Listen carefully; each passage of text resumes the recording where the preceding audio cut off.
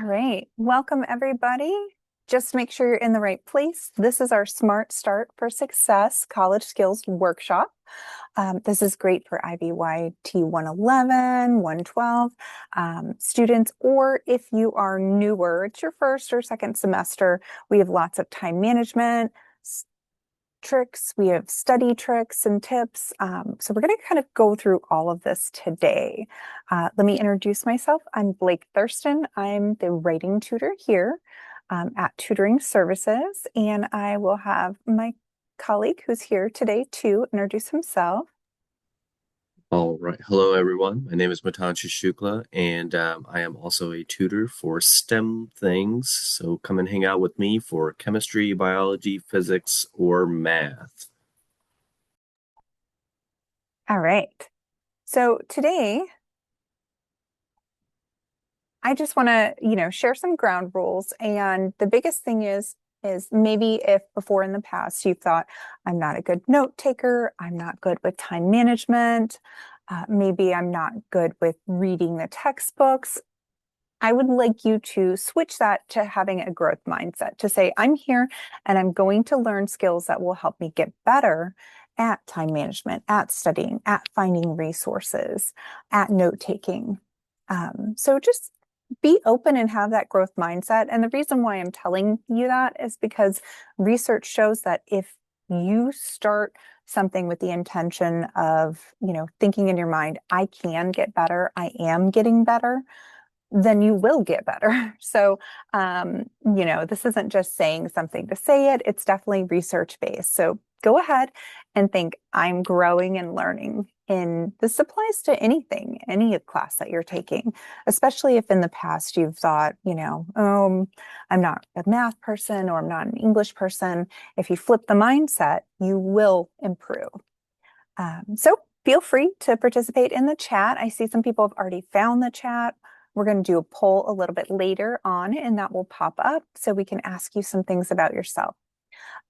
We just ask you to mute yourself when you're not talking, but we do when we're having conversations. You can go ahead and unmute if you'd like, if you feel comfortable, and participate in our conversations that way. If you have technical issues, we definitely understand. So go ahead, log out, come back in the same way you got in, and I'll let you back into the meeting if for some reason, you're kicked out. If you have any special needs, just let us know in the chat. You can message myself or Matanshu individually, and we will do our best with accommodations. And just in general, take care of yourself. If you need a break, we totally understand. We will be sending the materials out if you don't have them already. I know we do have a watch party in Kosciuszko County, and they have materials printed for them there. But if not, we are going to be sending out a link with all the materials and the recording. Okay, so today, I kind of already covered this. We're going to do what to expect in college, what's going to be expected out of you in general, time management, some study skills that actually work. What can you do when you sit down to study? Ebook studying skills, dealing with test anxiety, dealing with exam preparation, getting your Ivy Plus textbooks, ordering physical textbooks, and going through the different websites and apps that you're going to need to be using if you haven't done that yet, because even our face-to-face classes will all you'll use My Ivy and you'll use our Canvas, our management system where you go in and see your class virtually, even if it's a face-to-face class. And we're going to go over really fantastic resources because research shows the students who use on-campus resources are the ones that do the best. And that's what we're here to give you, those secrets to success that maybe, other people have said, gee, I wish someone would have told me that. So that's really what we've designed this class around. Okay, I am going to share a poll because we want to get to know you better. Do your best to go ahead. You should see a pop-up.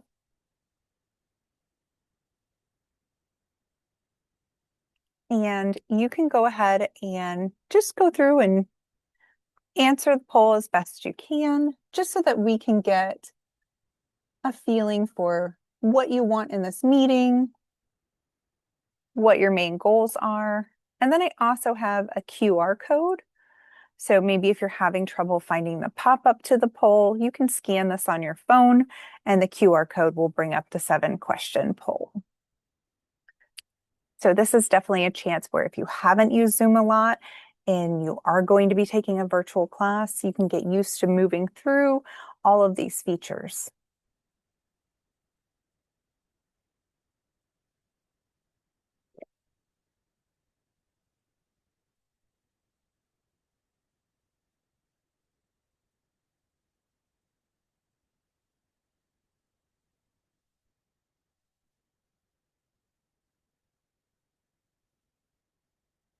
All right, and if you can't find the poll, you can go ahead and message myself or Matanshu in the chat. Or if you want to, you can just tell us a little bit about yourself in the chat if you can't find the poll, because we want to know what your major is, out of our topics today, what are you most interested in learning about?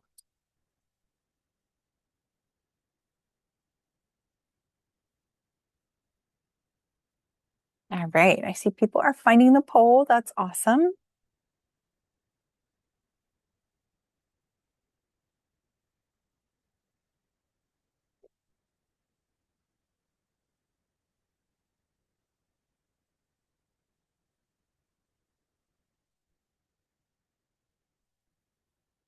And then Andy, if there's anybody there that doesn't have access to the poll, if you want to drop any of that information in the chat, just kind of who's there with you, that's fine too.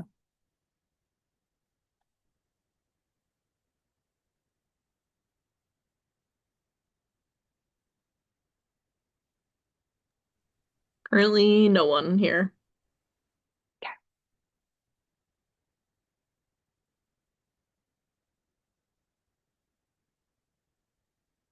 All right. I'll give you all just another minute because we have so many things to do today.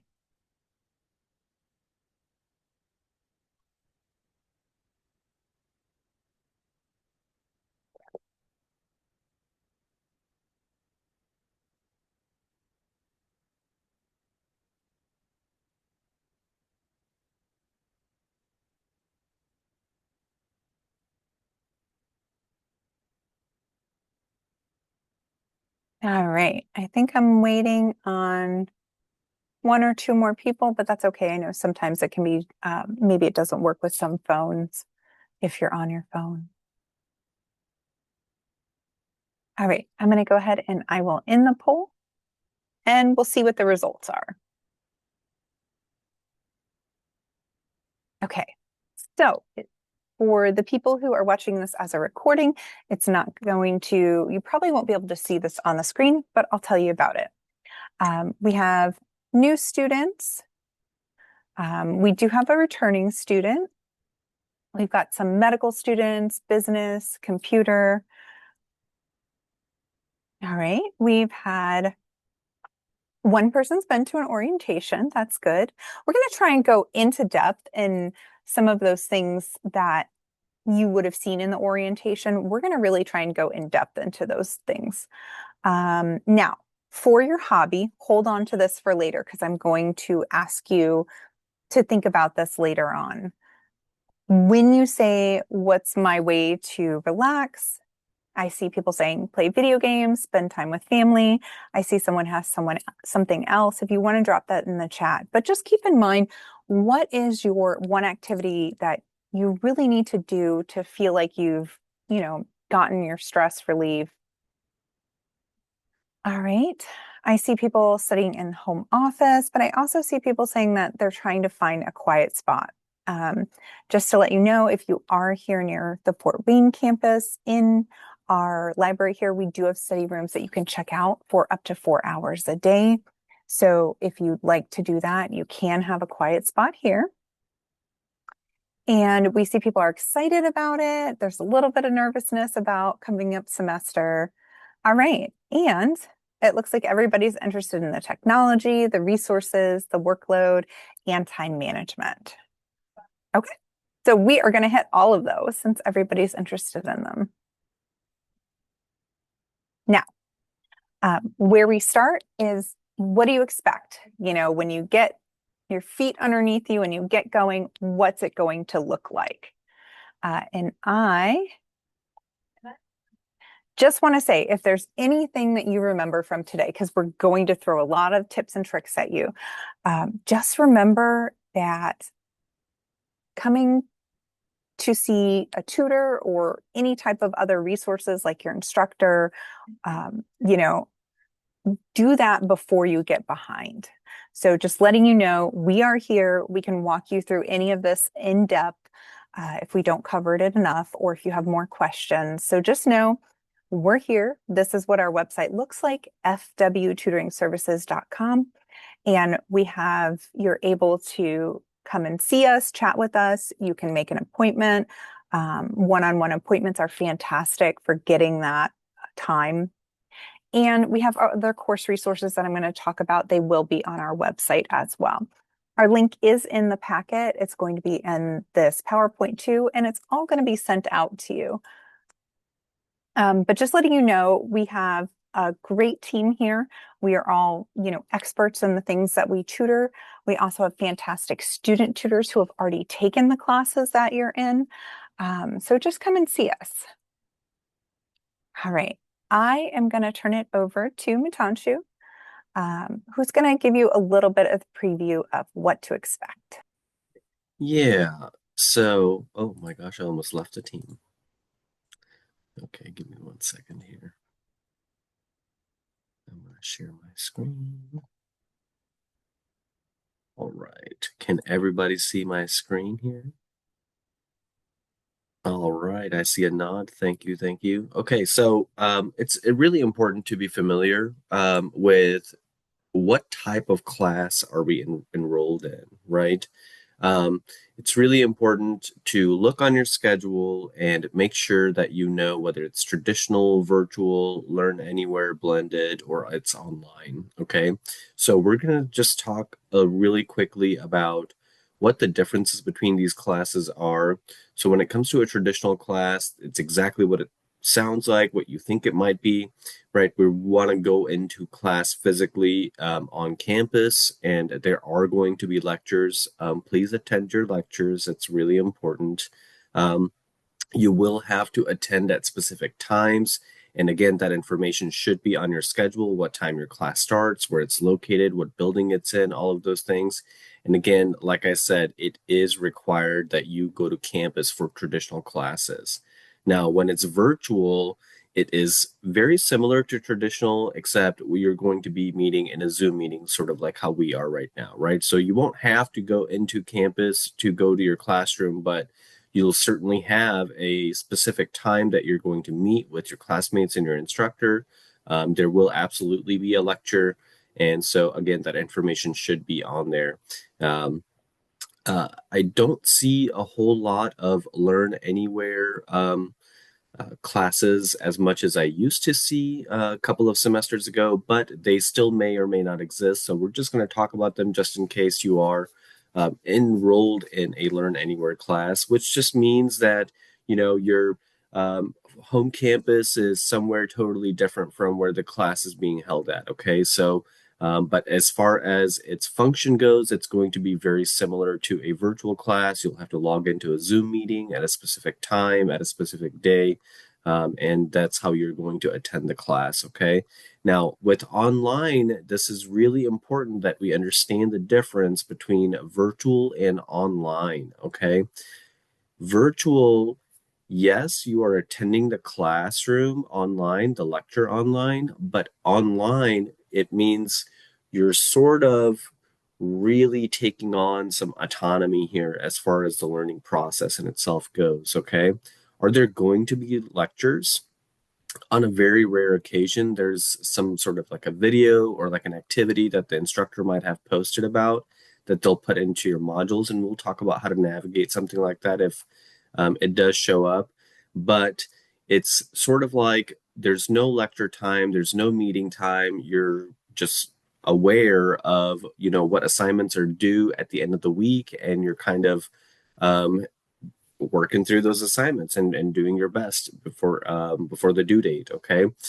So again, there is no specific time to meet those classes, and no, because it is an online only class, you are not required to be on campus. Again, I want to really stress that. Okay. Virtual is not the same as online. Please do not confuse those, or you're going to have a bad time. Maybe not. Just come and come and find out. Come talk to us. Okay. Um, the difference with the blended classroom versus a virtual and an online is that it is a combination of a traditional class. So, for example, if you're taking an anatomy and physiology, let's say you're taking chemistry or biology, you might have to come to campus for some lab activities that you'll have to perform, right? So, that's what they mean by blended. It's going to be a combination of a traditional versus an online type component where you might have assignments that you can do all on your own, but you'll have to come into campus in order to do a lab or something like that, okay? Any questions about the way I have explained these classes? No, we're feeling pretty good, pretty good. I explained that okay? All right. So let's talk now about the difference between an 8-week class versus a 16-week class, okay? This is really crucial as well because we're going to talk about some numbers. Like I said, I'm a math guy. Numbers make sense to me, and it can be a little bit overwhelming sometimes, but it's just data and it's information, and it allows us to make the best informed decision. So an 8-week class, it is easier to stay focused for a shorter period of time. So basically what we mean by that is that, you know, if you know that you have kind of one task to the next, like if you're really good at transitioning immediately from one task to the next, right? This is going to be pretty all right for you, okay? um, the something else that's really important to take into consideration is that you're going to need more study time for an 8-week class. Why? Because traditionally a class is 16 weeks, and I've taken all of that information and condensed it in half, okay? So it makes a lot of sense that I'm going to need more study time to be able to accomplish these things because exams are going to come faster, assignments are going to be due faster. It might even feel like I'm doing more assignments at once, and you technically kind of are, okay? So, and it's really easy to get behind on these classes, so don't get dropped, okay? And again, like Blake already mentioned this, before you feel like you are really sinking, please come and reach out to somebody, get a hold of your instructor, ask what your resources are. We're going to talk about what all of our resources are. You, of course, have us, our amazing tutoring department. And another way to think about these 8-week classes is like it's a sprint instead of a marathon, and like unlike the 16-week class. So the 16-week class, obviously, because it's twice as long, it is going to feel a little bit more chilled out. You're not going to feel a whole lot more pressure as much as, and potentially everyone learns a little bit different, right? I know some students who take 3 or 4 8-week classes and they grind through it like no other, and it's crazy. But that's not something that I can personally do myself. I'll tell you that right now. Okay. I definitely need to feel a lot more calm whenever I'm going through classes. So, and we want to say study time is going to be 9 hours less in the 16-week classes. Now, how do we come up with these numbers? Ideally, for every 1 credit hour that you spend inside of the classroom, you want to spend 2 to 3 hours outside of the classroom studying. So if I'm taking a 3 credit hour class, let's do a little bit of math. Just one class is going to require me to take 9 hours to study outside of the classroom, right? If I'm taking 3 of those classes, well, then 9 times 3 is 27 hours.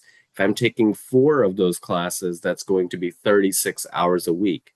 And you guessed it, that's a full-time job, okay? This is why it's really important. I'm telling students all the time that please treat school as it is a full-time job, because it technically is. And the moment we start treating it as a hobby, it can be really easy to get behind on stuff, okay? So that's where we're coming up with these numbers. It's the 9 hours and the 18 hours, more or less. So again, we're going to talk a little bit more about that a little bit more in detail here. So Yeah, and you do have in a 16-week class more time to catch up if you need to. Okay. And again, it's just because it's stretched out a little bit. It's a little bit more, I don't want to say lackadaisical because, it varies from instructor to instructor, from class to class, depending on how, what the rigor of the class is and the expectations are in itself. But definitely it feels a lot more calm and collected in comparison to an 8-week class. And again, instead of a sprint, it's going to feel like a marathon. And the turtle definitely won. We know that story, right? So it doesn't mean you're going slow. It just means you're going at the pace that you choose to go to. And it's totally okay.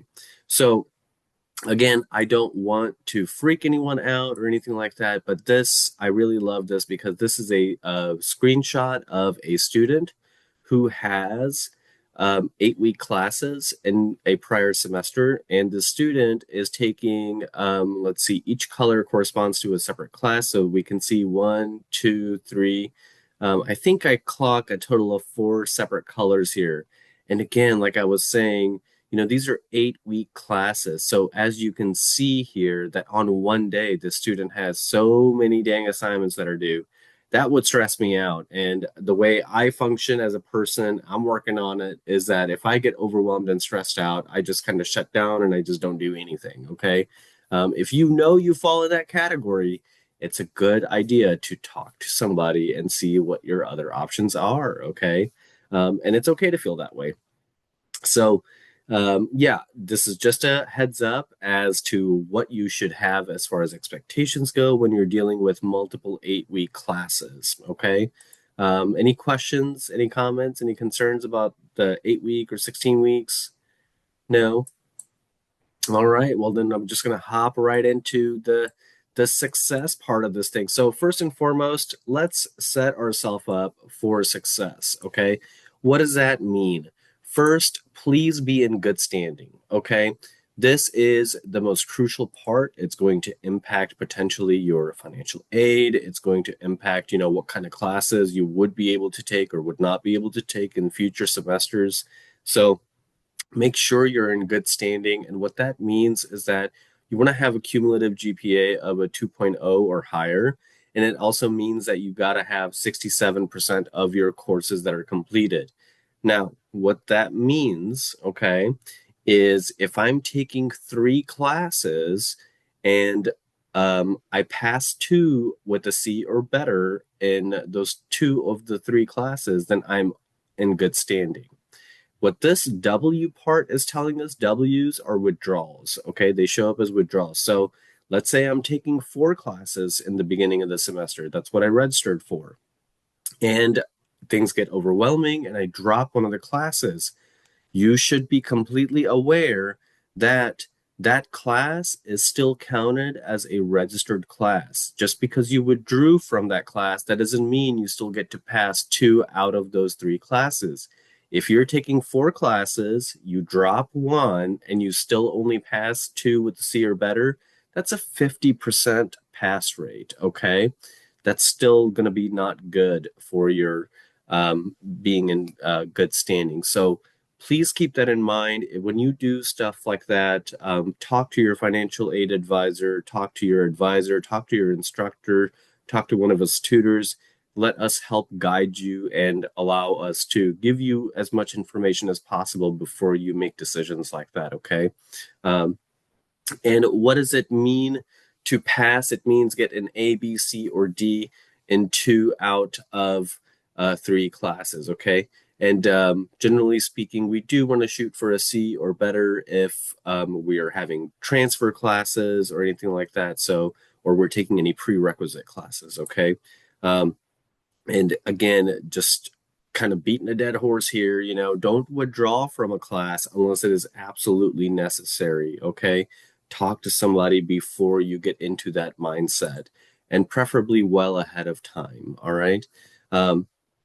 One of the bigger reasons why we might want to drop out of a class is because there's just not enough time. Like we already did the math, right? If I am taking 4 3 credit hour classes, that means that's 3 times 4, that's 12. I'm spending 12 hours inside of the classroom. I'm supposed to study 36 hours outside of the classroom. So 36 plus 12, that's going to give us 48 hours.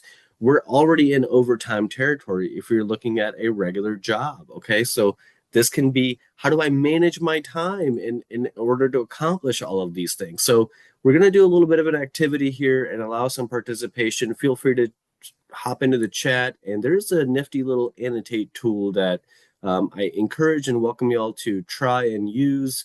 So you can draw directly on my screen here. But what are some of your guys' time management concerns? Okay, so I see that Blake's going to get us started here with this nice little smiley face. Okay, so and again, like I said, feel free to pop it in the chat. Let me know what are some of your guys' concerns for time management that you might have. And if you're looking for the annotate button at the top of your screen, there'll be a tab that says Matanshu. And then next to it, you'll see a circle with 3 dots. If you click on that, it will open up the annotate tool, and you can click on the little pen if you want to, or because my handwriting is messy, I like to click on the T for text, and then you can just type it into the window as well. Or if you could just put it in the chat, either way, or you can unmute. Yes, you can also unmute. That is okay.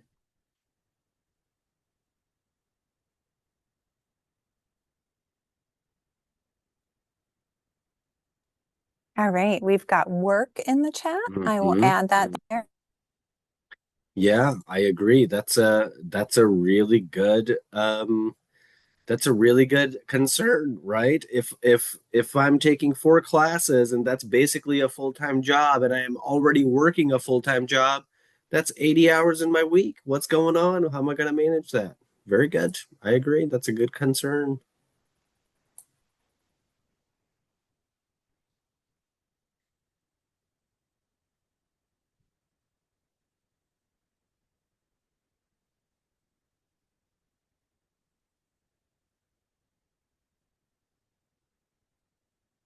What else do we think here? What other commitments do you have in your life where you think about your schedule and you think, I have to be there at this time, or I have to do this, or I've taken on this responsibility? What commitments do you have besides school? Yeah. And it's really important that we understand, like we're definitely encouraging this activity. So we want to start thinking about this kind of stuff before classes start, right? We really want to be able to have like either a plan in place before school starts or have a plan for a plan to be in place. Does that make sense? Um, you know, so it's really, really important that we think about this. What about, maybe we are have a New Year's resolution of being more healthy, and so we're like, I've committed some gym time, right? I'm working I'm working out, going to the gym, 3 times a week for an hour, right? That's something that's important. That's a commitment that we've made to ourselves. Family activities is something that is super duper important. We might have kids, um, you know, parents, grandparents that we've got to take care of, you know, things like that. Okay. All right, Yeah. so So, yeah, catching up on, yep, prereqs. yeah, that is super duper difficult. And it's okay that that is a concern. And again, like I said, right, like even without work, that can be still just like a really overwhelming to try and think about like, okay, how am I going to manage all of this stuff? Okay. So we're going to go ahead and discuss some tips and tricks. If y'all have anything extra, let me know. I'm going to move on. If not, all right. So what are we going to do? Oh, whoops. What are we going to do to assess this information? Okay, so First of all, we've got to understand again, like I said, I'm a math guy. Formulas are my thing. They're my space jam. Activity plus time is definitely equal to result. Okay.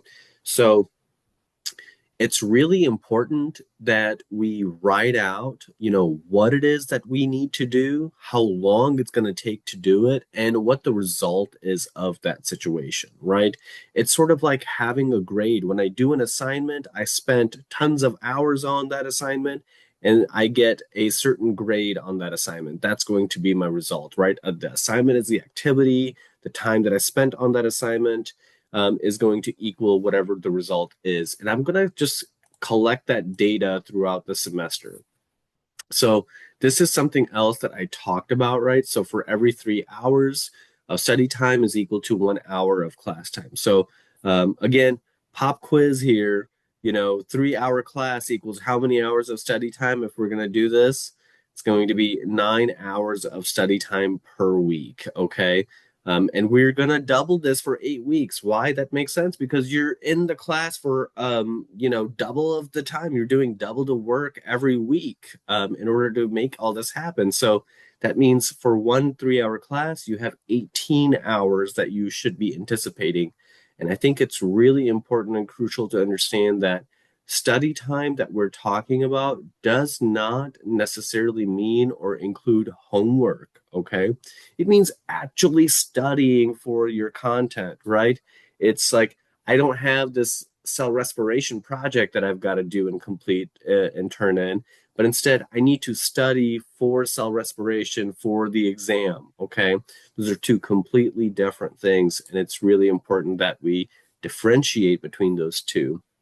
One of the techniques that we can use is something that's going to be just being organized, okay? Make sure you have a thumb drive or an e-portfolio. I see students all the time, and I'm kind of guilty of this myself, okay? That I'll just kind of have documents that are saved willy-nilly all over the place. Um, Try to stay organized. Create folders for each of your classes on your desktop, maybe, right? If I'm taking English 111, Anatomy, Physiology, and Math 136, I'm going to have a separate folder for each of these separate classes so that way I can stay organized as I need to throughout the semester. Folders, different notebooks for each of the classes. These seem like really common things, but it's really important even on something like notebooks. How many of us have gotten those notebooks that have those partitions and we're like, yeah, I just need that one notebook. It's got 5 separate partitions in it. It doesn't ever work, okay? It doesn't ever work. Let's be real about it because eventually there's crossover that happens, right? Y'all know what I'm talking about with it's like one really thick notebook and it has, 5 separate sections that it's like built out. Yeah, you can't use those for separate classes. I mean, you can. I'm sure you can. It's fine. Never say never, I suppose. But you want to be mindful because what if you run out of space on one section and you need a continuation, right? Then you're going to go get another notebook. So it might as well have a separate notebook that you can have for that class. Technology backup plans. This is so important, guys. Everything that we do is basically online, okay? Regardless of whether we're taking a traditional class or not. Chances are you're submitting all of your nonsense online. So make sure that you are not utilizing that, oh, my laptop doesn't work, or my laptop battery died, or, this happened. Please make sure that you have some sort of a backup plan ready to go for when things like that happen because I am completely familiar with life straight up happening and it happens all the time. Okay. Something that we can just do or try to our best is to stop procrastinating. I often joke about that's a pretty that's a thing that I'm a pro at is procrastinating is we don't want to procrastinate because um, it can eventually just snowball, right? And it's just makes situations so much worse. And something to help us stop procrastinating is that, you know, I'll just kind of throw myself under the bus here. The reason why I tend to procrastinate is that if I have an 8-page paper, um, and Blake might be able to touch on this. I'm sure she has students that she sees that it's like, it's overwhelming. It's a large assignment. So how do I stop that? Okay. Well, I stop that by breaking it up into chunks. I say that, okay, well, I want to give myself the first day to at least just create an outline, right? Then I want to create an introduction. Then I'll write a body paragraph. So I've taken a very large, overwhelming assignment and I've broken it down into smaller, manageable pieces. Um, my boss likes to say, how do you eat an elephant? We eat it one bite at a time. Okay. A Pomodoro technique is a technique that's going to help us break things down, and especially time, into manageable chunks of time. So the way this works is that we know from studies that basically productivity completely peaks after about 30 to 45 minutes of brain utilization. Okay. So I can be really pumped up and ready to like get stuff done. It's like, yeah, I'm going to study for an hour. Well, pretty much after about 30 minutes into that study session, my brain kind of shuts down whether I wanted to or not. It's because it's reached its peak performance. Okay.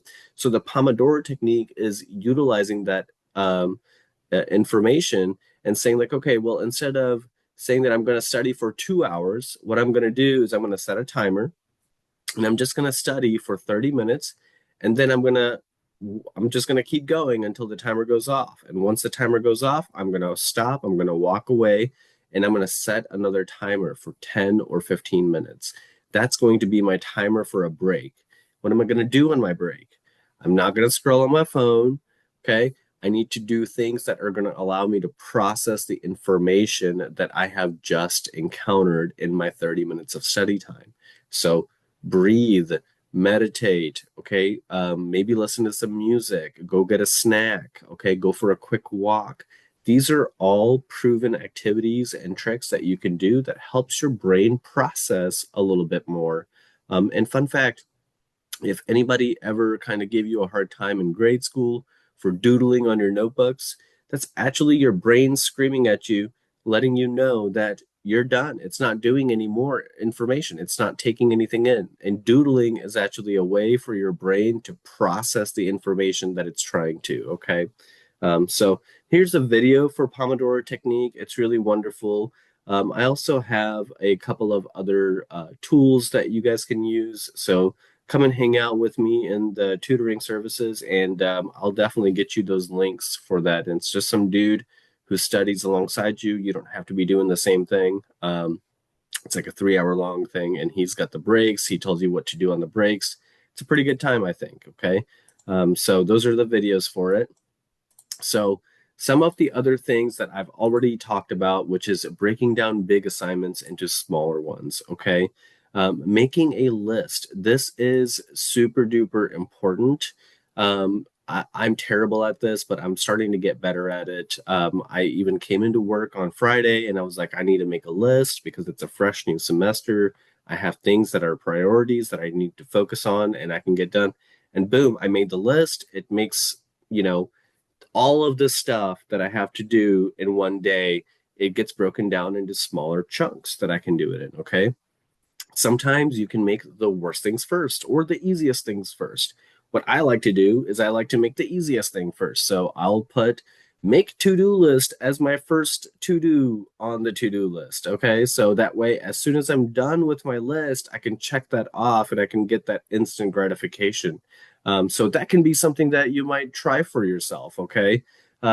Other students, they really like to make sure that the heavy hitting things, they come first. So we can consider those like priority things. This is like a red colored thing, that it needs quick, immediate attention. So I should work on it first. So lists are super important and helpful. Keep your plan in sight. Okay. This is super duper important as well as being able to be flexible and realistic. Okay. When I say be flexible and realistic, again, I've already mentioned life happens. All right. Let's say you did have a 2 hour study session blocked out, and then like you got to go do something. You got to go pick up stuff at the grocery store or something like that. Okay. that takes into your time. So be flexible, have a plan in place that's going to accommodate that sort of a break in your plan. Okay.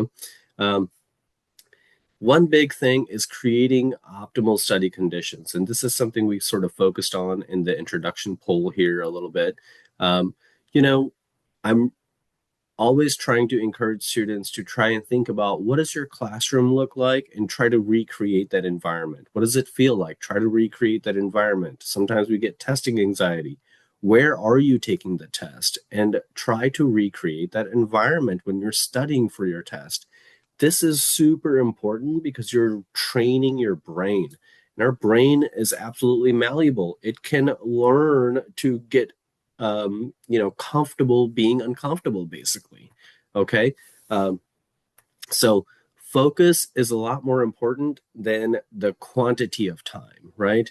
Just because I studied for 14 hours inside of a 2 day period, that doesn't mean I was focused for the 14 hours. Okay. And we have applications on basically phones or laptops. There's free online things. You can Google things. Okay. Um, that will track our stuff for us, just like we have here. Okay. Make use of that. So that way you know what you're getting distracted on. I know that if I'm playing Wordscapes for 4 hours, that maybe I should think about deleting that app. Okay. Uh, so we want to minimize our distraction. We want to use tracking and blocking technology if we need to, especially if it's going to be helpful for us. Um, and we want to utilize time in between classes to study, okay, while I'm in school mode. It's sort of like while I'm at work, okay, I stay in that work zone. And then if I have that hour lunch break and there's a giant break, when I come back from work, it takes me another little bit longer to get back into that work mode because I'm still in lunch mode, right? So while we are going to school, let's say I get out of one class at noon and I have a 30-minute break. What should I do? I should stay in school mode, make flashcards, okay, review the notes that you've taken for the previous lecture. Stay in school mode so that way you continue to be in that and develop that, okay? Um, so that's what I mean by that. And this is the biggest thing. I cannot emphasize this enough. Ask for support when you need it, please. You're not alone, and don't try. I'm. I always try to tell students this: don't try to be a hero, and I don't mean that in a really negative way at all. Not to say you're not a hero. It's just, there's no need for it. There's no need for it. Okay. Don't try to think that you've got to do everything by yourself. You've got support and it's free 99. Come hang out with us. Let us help you out here.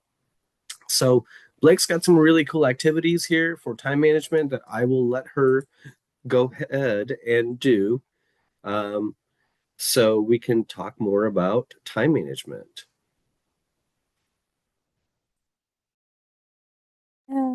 Okay, can everybody see my screen? Oh, can you see my screen? Yep. All right.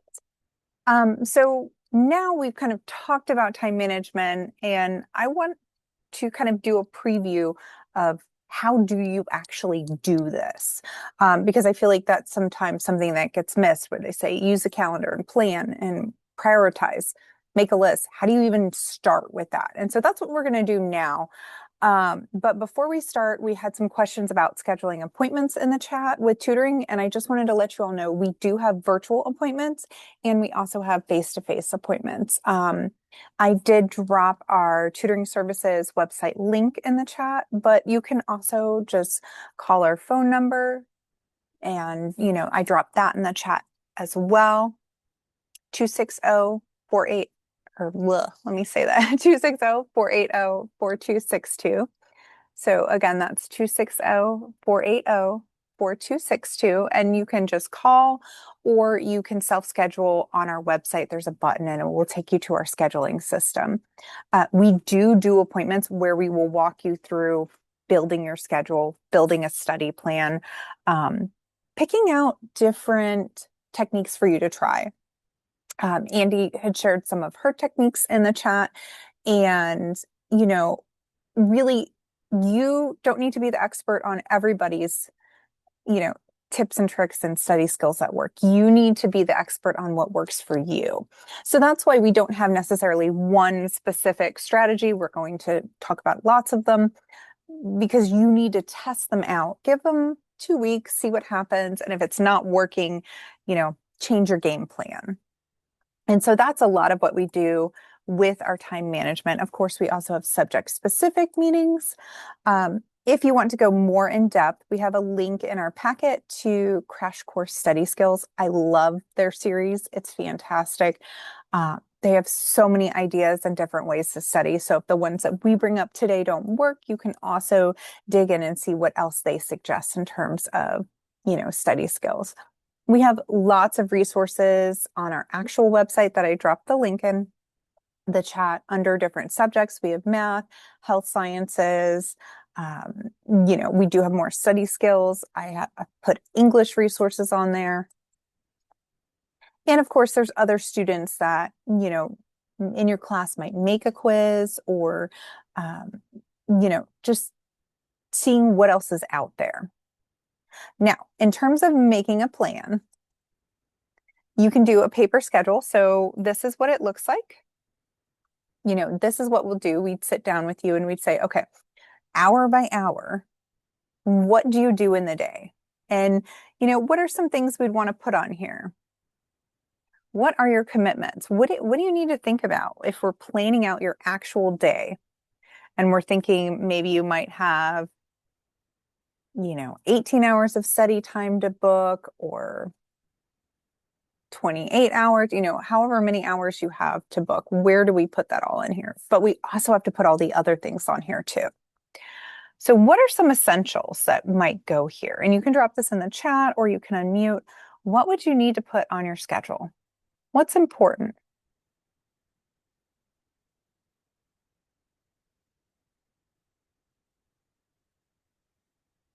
What are you doing at 5 a.m., 6 a.m., 7 a.m.? What are you doing there?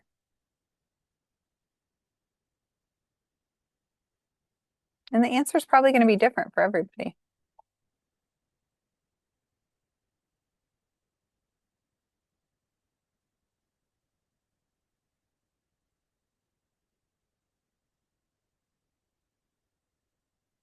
I can tell you all what I do in each hour of my day, but I want you to think about what do you do in each hour?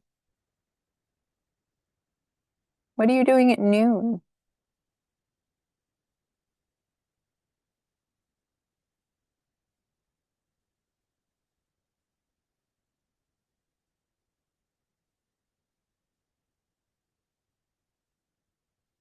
So we already know that we're going to need to put classes on here, right?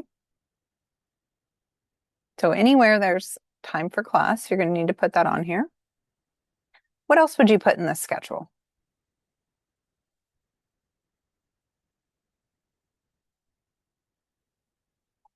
So we've got the blocks. Each hour is broken down for your entire week.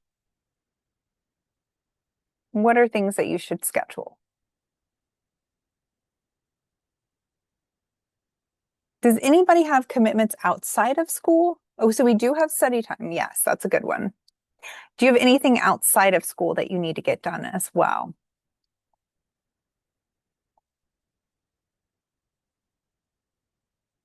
So here I'd think about, okay, Matanch, you talked about studying between classes when you get breaks.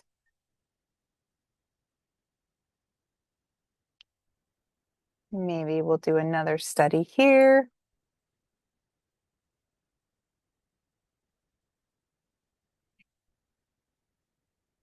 Now, in each of these hour blocks that I'm writing study, we're still going to use the Pomodoro technique where we do about 25 to 30 minutes and then stop and give ourselves a break. Just walk around the block. If you have a pet, go spend time with your pet. Just do something that's not school for those 5 minutes. I know some people said that they have work, right? So what if you have work? What else do we do in a day? I see someone said, what do we all need to do? Well, unfortunately, you cannot live on coffee alone. I tried that.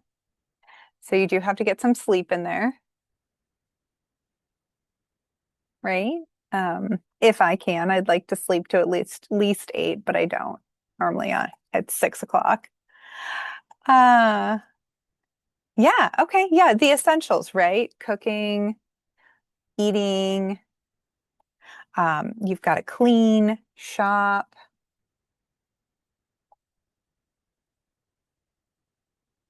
Yeah, you guys are getting the hang of it.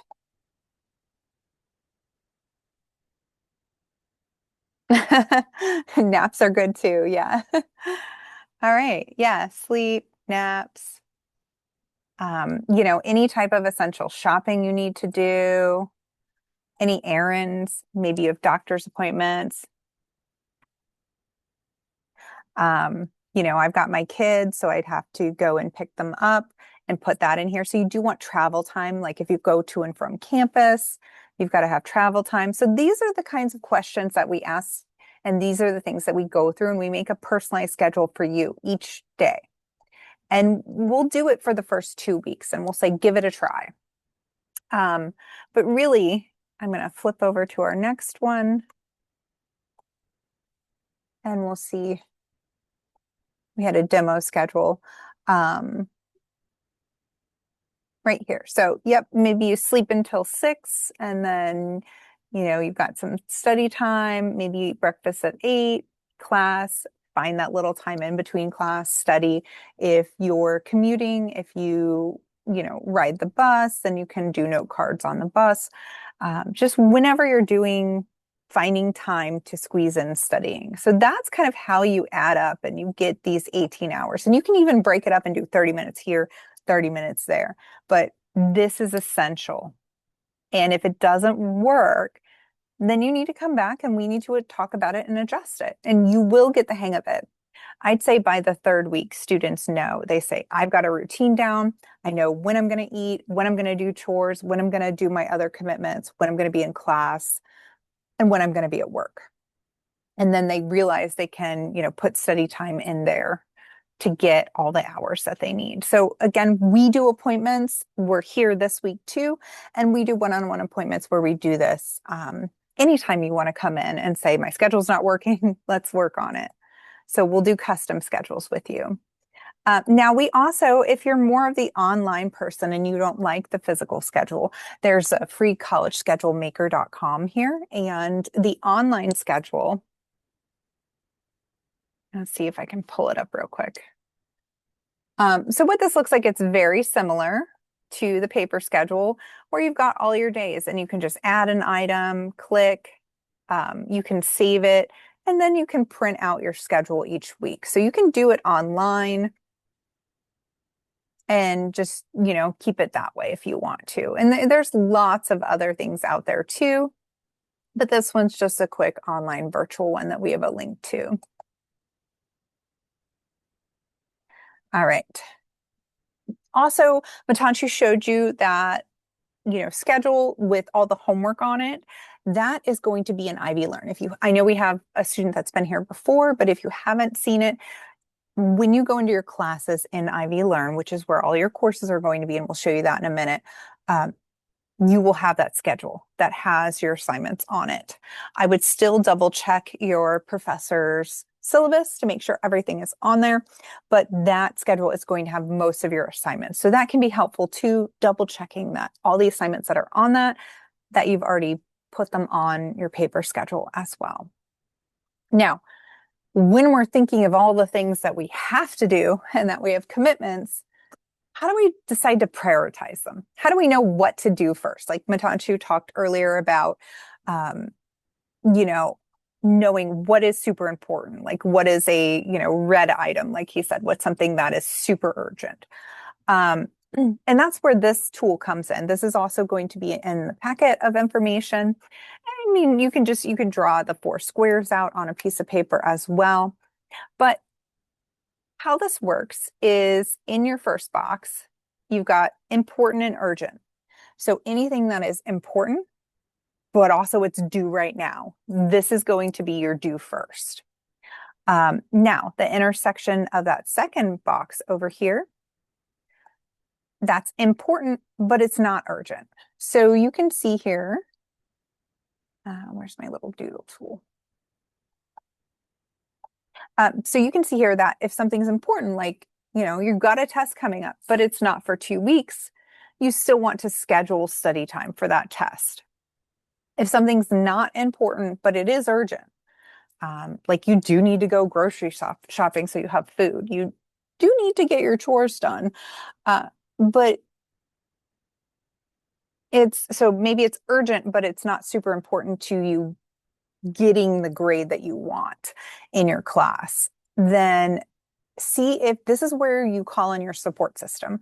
So anybody that you have, family, friends, significant others, even older children, I don't like the way my children do laundry, but sometimes when I'm super busy, I say, hey guys, time to do some laundry. And I turn that over to them. I delegate it. I give that task to them and say, you got the laundry this week. I have lots of projects I'm working on. So it can be hard, especially if you like everything the way, one very specific way. It can be hard to turn it over to somebody else. But if you have anybody that you can reach out for support, finals time especially, and just know it's not forever. Your responsibilities, you can take these back in between semesters and when you're done as well. And, the semester's not going to be super heavy all the time. There are going to be times where, midterms, finals, where you do have that heavier workload. Another way you can delegate is to actually technology. So, with AI and AI agents, more and more it's getting possible for us to set up AI or any sort of program like our email inbox, like our Outlook inbox. We can program it to auto sort our emails or things like that. So that's a way you can delegate. And then finally, this last box over here, we have not important and not urgent. So this is just kind of the other stuff that you do that has nothing to do with achieving your goals in school. And then so you'd write it in that box. So I have some examples. Let's do a little practice. You can put the letter of where this should go. You could tell me where this should go. Let's practice. Okay, the first one, hand in a project that was due last week. Where does that go? Where do we put A?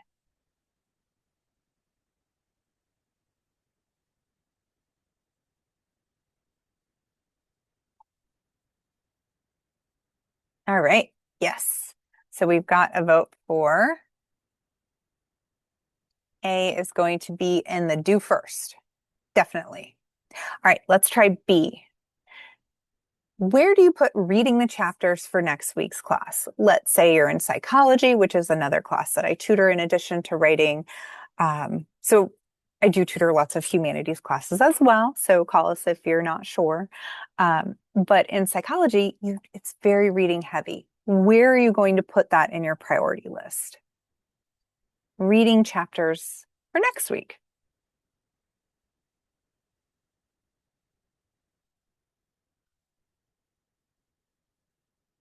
Is that going to be a do first, a schedule, a delegate, or something that you don't do at all? Which box would we put this in?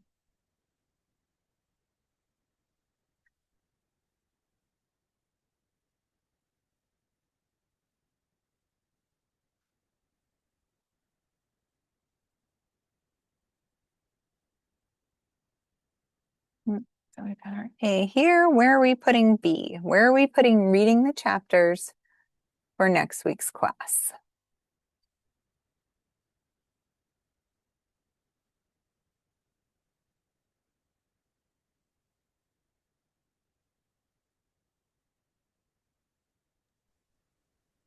I vote on delegating. Have somebody else. Have somebody else do it. But if they do read it, what they've got to report back to you, and you're going to have to talk about it anyways.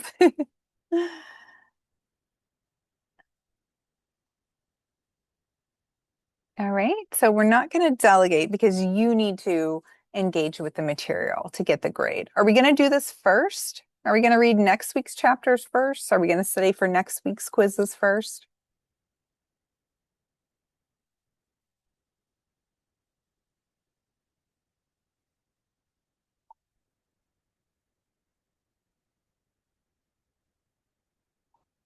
Well, we're not going to not do it, right? We won't put it in the don't do. It was a close second for me. And sometimes those chapters do end up in the don't do when you are really, really busy. Um, so yeah, you see, you're right. I do agree. It is a tough call between do first and schedule.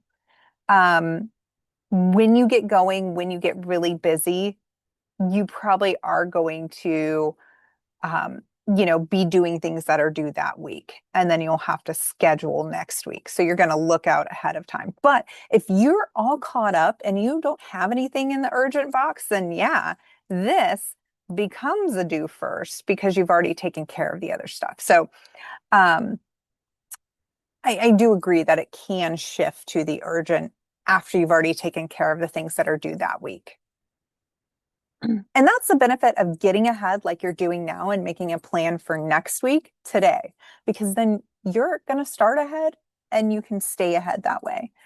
All right. What about our C? So workout. And I say workout, and this can be any type of, if you like to go for a walk, however you like to get any sort of physical activity, however you like to get out of the house. This could even just be getting out of the house. Maybe you're not into exercising. What is it? Where would this go? All right. Yes, we've got a schedule, a vote for schedule. Fantastic. So definitely this goes back to, remember at the beginning where I asked you, what is your thing that you do for stress relief? And I said, hold that one really important thing in your mind. That is the one thing that even though it doesn't connect to school necessarily, having scheduled time for your stress relief, even if it's only 30 minutes here and there, is so important. So just make sure that you do schedule that. I know some students say, okay, well, you know, I like to do yoga, but I quit my yoga class because I'm too busy with homework. And I would urge them, well, at least try and move your schedule around so that you can try and go once or twice a week. Don't completely quit it, because if that's your stress relief, you're not going to do as well, in school if you can't find time to do that. Okay. Reading emails. What about this one? I think this one's kind of tricky.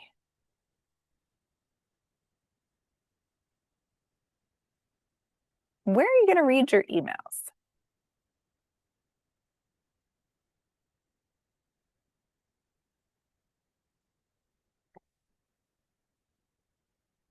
Okay, do first. Now, because this is a trick question, why would you read your emails first? And what type of emails?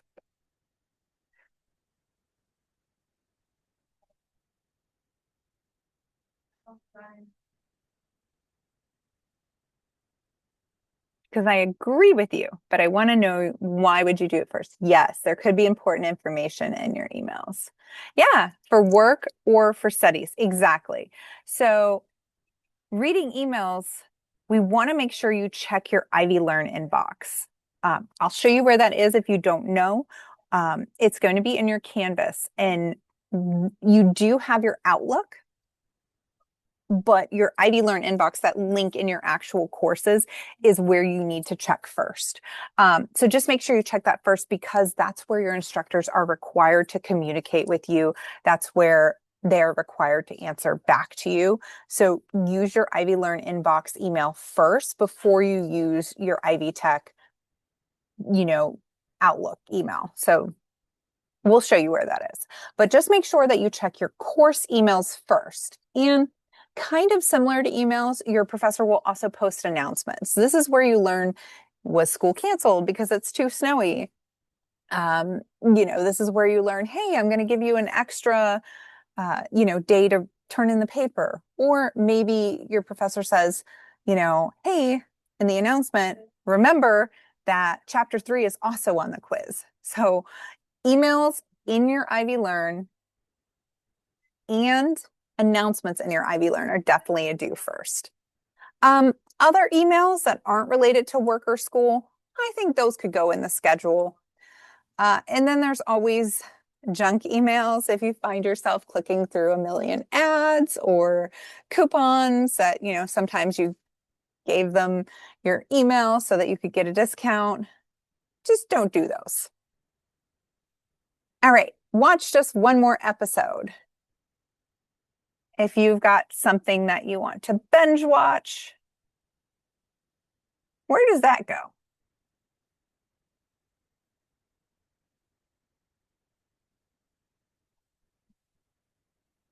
Where would you put any episode that you want to watch?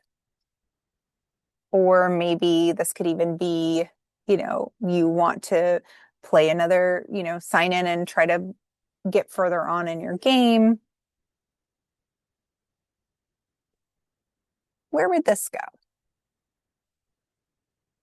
All right, I do. Yeah, I see schedule, and I agree with you too. And the reason for this one, yes, this one can't, it can go in the schedule, but it can also go in the don't do. So if this was the one stress relief activity that you picked, then I would put it here. But if you can't resist watching more episodes, and then you're 8 episodes down the line and you haven't done your homework, then maybe it needs to be moved to the don't do. So again, see what works for you. Is this your stress relief? And do you have the self-control to really just watch one and then go back to homework? So yeah, that one can be either way. All right, what about the chore you need to do? Where does F go? The chore that you need to do.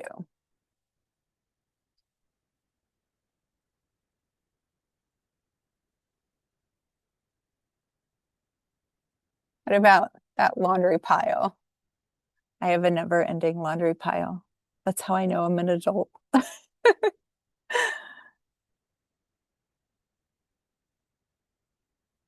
Where do you put chores, things that you've got to do? Maybe you have to take your pet to the vet. Maybe you have to go, I don't know, what are the crazy things, re-register your vehicle. Where's that going to go? Okay, yeah, again, if you can delegate, if you do have people that, can be your support system, now is the time to identify them and have a conversation with them and say, hey, when I'm really busy with school, when I'm in the middle of midterms and finals, I need you to take this for me for this time. So definitely if you have someone that you can lean on, this would be the time to lean on them. But you can also schedule it too.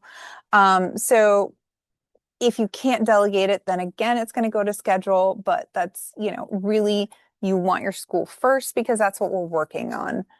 And then finally, your favorite leisure activity. We kind of already answered this one. Whatever your leisure activity is, make sure that one activity makes it into the schedule. Okay. But, make sure you know that are the things that are not important and not urgent, but they're just fun to do. If it's not your chosen stress relief activity, you need to kick it to the curb and not do it when you're super busy with school. So definitely this is how we figure out this important and urgent box. This is going to go on your daily schedule that we looked at earlier. These things are going there first.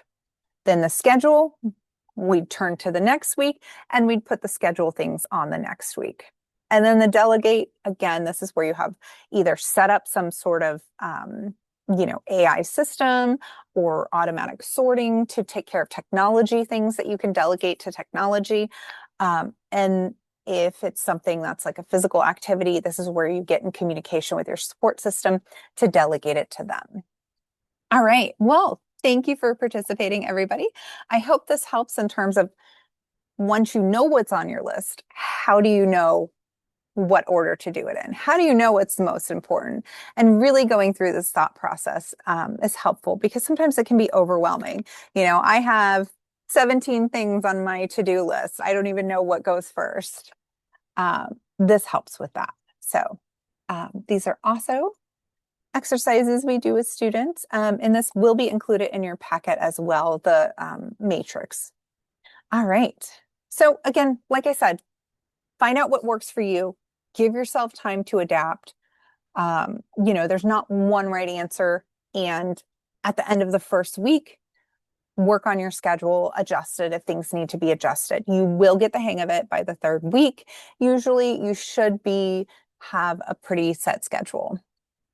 All right. I am going to turn it over to Matanshu.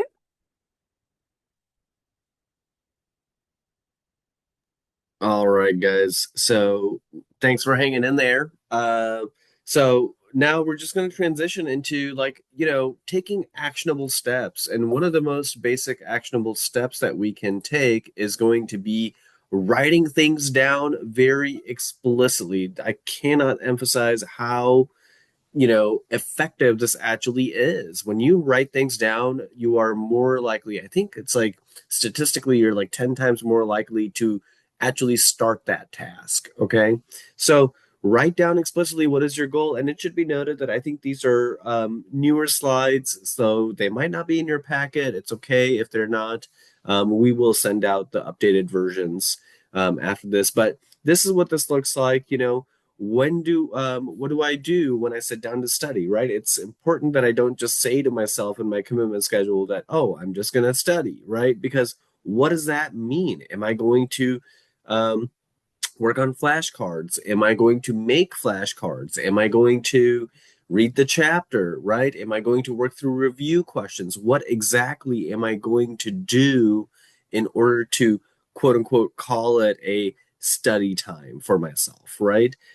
We want to make sure that we even give ourselves deadlines. I think that is really important for, you know, especially I can speak for myself. This is how I've tried my hardest to keep myself a little bit more accountable because if I don't have a deadline, especially with like online classes, right? You might have like assignments that are due all at once at the end of the semester or something like that. It's nonsensical thinking that I'm that responsible to be able to keep track of all of that. When I write things down and I have a completion date for each of these things, I think I'm more likely to accomplish these things. Okay. It's about having accountability for self.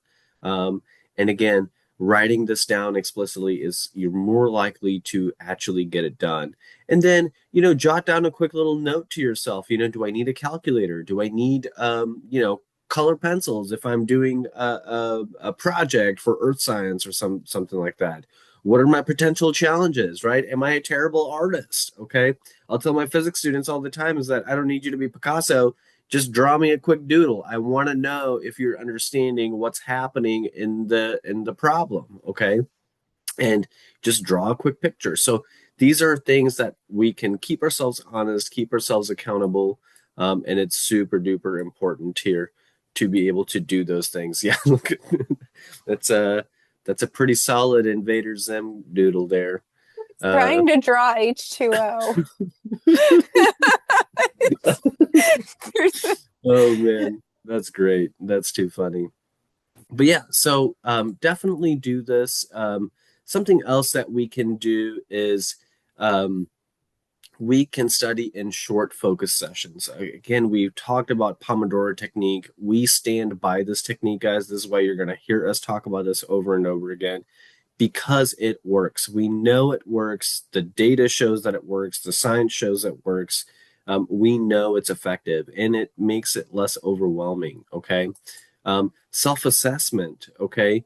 Using active recall. This is exactly why flashcards work. Why do they work? Because I'm continuously going back and assessing myself. Okay. Making sure that I understand and I remember the things that I'm doing. Okay. Spaced repetition, review the materials every single day, right? And it doesn't have to be every single day. We can space out our days. So I know that my first day when I'm reviewing the material, maybe it's brand new. So on the very next day, I'm going to revisit that material. Then I'm going to maybe skip a day and then go to day 4. And I'm going to say, do I still remember this stuff when even though I skipped a day? Then maybe I'll skip 3 days. So, this helps put things in long-term memory. Think about information as a bunch of files and your brain as the filing cabinet. The more often I access that file, the more my brain remembers, like, hey, that file needs to be accessed. But if I only access that file only once, maybe twice, I'm I'm gonna forget about it, right? It's that garbage mail pile, right? Um, we if I'm not used to cleaning out my garbage mail pile, then I forget about it for months and months and months, and things have just been piling on in there. And so my brain isn't used to accessing that information as quickly as I might need it to. Okay. Practice first. This is super important. Um, Try a few problems before you read the textbook. I'm always telling students, even when it's not math related, when I see bio students, I'll ask them, one of the most effective things that you can do is go to the back of the chapter and test your intuition. Look at those questions and the review questions that are in the back of the chapter. See if you can answer those first on your own without having read, without going to the lecture. Test your intuition. See if you can reason your way through stuff. Okay. This is important. And this is stuff that we can do every single day to reach our goal. It's super easy, it's straightforward. Um, all it does is it requires a little bit of discipline, and we can get in there. Okay. Um, so we can one of the most effective things, and this is super helpful, guys. I noticed that we are a super chatty bunch. Um, you know, I'm always encouraging students to make groups in their classrooms. Okay. It doesn't matter if you're shy or not. This is super effective because if you can explain something to someone else, that is the true test of whether or not you understand something. So teach what you learn. And it doesn't have to be with people that you don't know in the classroom, even your family members, right? When I was going through my physics class, I would walk around explaining to my dad and my mom about what I'm learning in physics class. Did they know? No, they don't. Honestly, they probably didn't even care. They were bored out of their mind. But it was very important and helpful for me to be able to do that. That let me know that I understood the material. Okay. Um, Using everyday moments, this is super important, especially for anything STEM related. You're using your information and applying that information in day-to-day life, right? You're thinking about things as you're going through life, whether you're waiting in the line before the checkout, you're taking a walk. Um, I'm thinking about how the information relates to the reality that I live in and that I exist in. Okay. It's super helpful. It's easy to do. And it's sort of like taking a break and calling it a break without it actually being a break. I don't know if that makes sense. You're like psychologically manipulating yourself, I suppose. Um, and what we want to do more importantly is to anchor study um, to a habit, right? We want to be disciplined in doing these things. We want to pair, um, if I'm drinking my cup of coffee, like I'm a morning person, so I know as soon as I wake up, I'm sitting at the coffee table drinking my cup of coffee. And that's actually a really good time for me to bust out my flashcards and go over them real quick. Okay. If I know that I'm going to remember stuff, if I revisit it right before bedtime, then yes, then maybe that's going to be a better time for you. Okay. So what we want to do is we want to anchor study to something that we're already doing as part of our day-to-day routine. Okay. That's going to help quite a bit as far as keeping that information soaked in. Um, summarizing each class in one sentence right after the class. Now, we're going to talk about notes and how to take certain notes. I won't spend a whole lot of time on them, but this is something that you could do like after you've written 2 pages of lecture notes. Do a quick summary in 1 to 2 sentences. Describe what you guys talked about in the classroom, in the lecture. That's super important. One of the crazier things, this is a wild idea, guys, but hanging out and studying near help. That's a potentially a really good idea. For example, at the library at the Coliseum campus, come and hang out with us. There are study rooms in there. I'm always telling students, we open our doors at 8 a.m. We're not going to kick you out. The only reason I do kick you out is because I've seen you work really, really diligently and hard. And you are not, you haven't gotten up to use the restroom, to get a drink of water, to get something to eat. That's when I'm going to kick you out because I know that your brain definitely needs that break. Okay. Um, and also, it's really important to not be overcritical of ourselves. Make sure you acknowledge the progress that you have, and don't beat yourself down over it being like perfect. I like to express that regurgitating information is really, really easy, right? What we want to do is we want to understand that information. And when that understanding is being acknowledged, you're going to really start to notice progress that's going to be made. Okay. It's a marathon. Um, so just be consistent, and even small parts are going to really, really add up. Okay. Uh, so one of the things that I did talk about is the Cornell style notes. I know that if you guys are familiar with them, I know one of the things, let's see if I can get into this link here. Whoops, I'm sorry.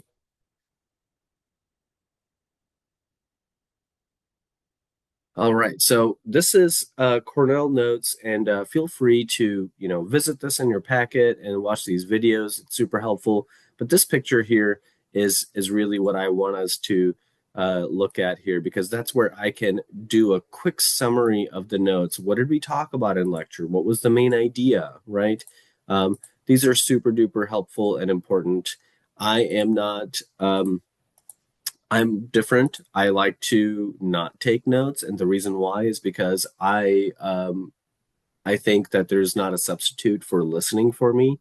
So how I learn best is by just paying attention, staying focused, and listening in class. And I really get distracted when I try to multitask in between listening and writing down what's being said. So if you're the type of person that really, really is going to be, benefit from taking notes, I do encourage that you do this. Okay. And check this out. So from there, what else can we do? We can break down big concepts into smaller chunks. Again, this is something that we've emphasized already. We can write things down, type things out, or say them out loud. One of the things I like to tell my students is that annoy your family members, okay? Say stuff over and over again that's going to make no sense to them, and it's fine. And if they're not being annoyed, then you're not doing it enough, okay? Make sure you do that, and it's going to be okay. They'll deal with it if they love you, for sure. Okay. Print out PowerPoints before classes and take notes on those PowerPoints, right? If you get overwhelmed and can't write everything down, print out those PowerPoints, because we can do that with side-by-side lines onto the slides and write stuff down that the instructor is expressing for that particular side. Okay. So as far as reading goes, I know Blake has some outstanding tips and tricks for how to read properly in your textbook and all that stuff. So I'll let her take the wheel here. So I always do these. I talk about the reading strategies because I've had so many students come to me and say, I read for 4 hours and I remember none of it. I feel like that was a complete waste of my time. Well, first I would go through with the student how to break apart the time so that you're not trying to read 3-4 chapters all at once, in 4 hours. But in addition to that, when you break it down into those smaller chunks of reading, by the chapter or by sections in the chapter, the first thing you want to do to make sure you get something out of it, have a reading purpose. And by reading purpose, I mean, you should skim through the chapter, look at the titles, look at the quizzes in the back, and decide what seems like the most important concept, out of this chapter. And even if you're not sure and there are questions at the end of the chapter or your professor gave you a quiz, you can write those questions down and start reading. And as you're reading either a physical book or an ebook, try to answer those questions. Don't read it from beginning to end like you're sitting down, kicking your feet up, enjoying a novel. That's not how we're going to read this. That will take you way too long and you won't remember as well. So what you want to do is you actually want to have that purpose and say, I'm going to read this sociology chapter and I'm going to figure out what the different theories on how society works. I'm going to look and find those 4 theories in this chapter. So just make sure that you have that reading purpose. Where does it come from? It comes from questions. It comes from objectives at the beginning. It comes from headings. And as you're reading, if you have a question and you have no idea, like let's say you just read something and you say, I don't know what this is. And you read it again and you still don't understand the vocab term, write it down on a piece of paper and go see an instructor or come see a tutor and say, I read this, I tried to understand it, I need to talk about it with somebody. So again, talking about the material and going back to that active study strategy, really quiz yourself so you're recalling the information. So find a way to quiz yourself where you're not looking at the material at all. You're actually asking yourself the question and then recalling it from your memory and you're not peeking. That's the biggest mistake I see people say is they're like, oh yeah, I know that. They're going through their notes and go, yep, I know that definition, but they're looking at it as they're studying. And that's not active recall. So they're not pulling it from the back of their memory. They're not learning it. Okay, what about when you have your ebook? Because as part of, our Ivy Learn textbooks, the default for almost every textbook is going to be an ebook in your course. So if you haven't studied with them, we can always do this one-on-one, but here are some quick tips in general of how these books work. In the top left, you can see a tiny little box that says content. So the table of contents, you're going to want to click on that to expand it. So you can see all the chapters and you can see the subsections of the chapters. Those are very helpful when you want to break it down into smaller sections. So again, you don't ever want to sit down and say, I'm going to read chapter 1, 2, 3, and 4 in the next 2 hours. You want to already have a plan, a study plan to break them down. Ideally, you would have scheduled it and you would have made this plan to read different chapters throughout the next week. You see this little arrow next to chapter 1. It looks like a little arrow pointing down. When you click on that, you can see that it breaks down the different sections within chapter 1. So chapter 1 in the psychology book is Science of Psychology, and then it has all the subsections. I would look at the introduction and go, okay, what are my objectives for this chapter? What are the most important things? Maybe they have key terms, key ideas, and then that would be what I would try to read to learn. I would go through and read only for that, because if you get that, you're going to get 80%, the core of the information. And when time is super important, that's what you've got to do. So if you're short on time, only try to answer the questions when you're reading. If you have time later, go back and you can read the other things, but really read with that purpose and skim. Don't try to read every single word beginning to end. You will see things that are highlighted. For example, down here in the bottom, you can see there's a chapter preview. So again, it tells us, hey, these are the things we're going to learn. We're going to talk about what is the scientific method, What do different types of psychologists do? And so already that would be my first reading purpose. I would say, what are the steps in the scientific method? And then I would just go and find that answer. The next thing I would say, what are the different types of psychologists and what do they do? And I would go and find that answer. So I'm not reading it again, beginning to end like a novel. I'm reading with a purpose. It saves you time and you will learn it better. And again, here's an example at the end of the chapter, there's a quiz. So almost every book has this, not every book, but if you do have a quiz at the end, use this to kind of guide you, go through, make questions for your reading purpose before you read. And then you can quiz yourself after as well. Here you can see the majority of textbooks will have their vocab terms highlighted and you can click on them. So, psychology, science, all the different terms that you're going to need to memorize, you can click on them and it will give you the definition as you read. A lot of times they have a bank at the very end where you can go through all the vocabulary. And then you can see at the bottom of the table of contents, there'll be a glossary or an index where you can look things up by subject. There's also all the accessibility content, the text for alternative images. That's all going to be down here at the very end for most books. And now, let's say you just want to find something really quick. Let's say you're doing a practice quiz and you don't remember what chapter that vocab word was on. In the top right, you're going to see a tiny little magnifying glass and you're going to click on that.